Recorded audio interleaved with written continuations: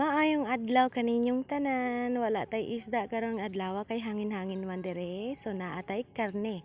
Ato ni siyang isugba. Kay namin nagparasyon dire sa mong silingan. Tangga man pud mi. Tilaw pud ang karne panagsa oy. So mao ni ako pwesto dire no. Mao pud ni akong gipistuhan tong nagsugba ko dire isda. Ganahan ko dire kay pisko ang hangin ba.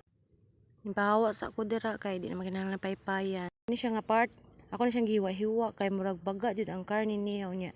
Wa man gid maluto ang ilam sa ako na siyang gihiwa-hiwa, taod-taod sina. Naluto na siya. Ato na siyang haunon. Humot kaayo.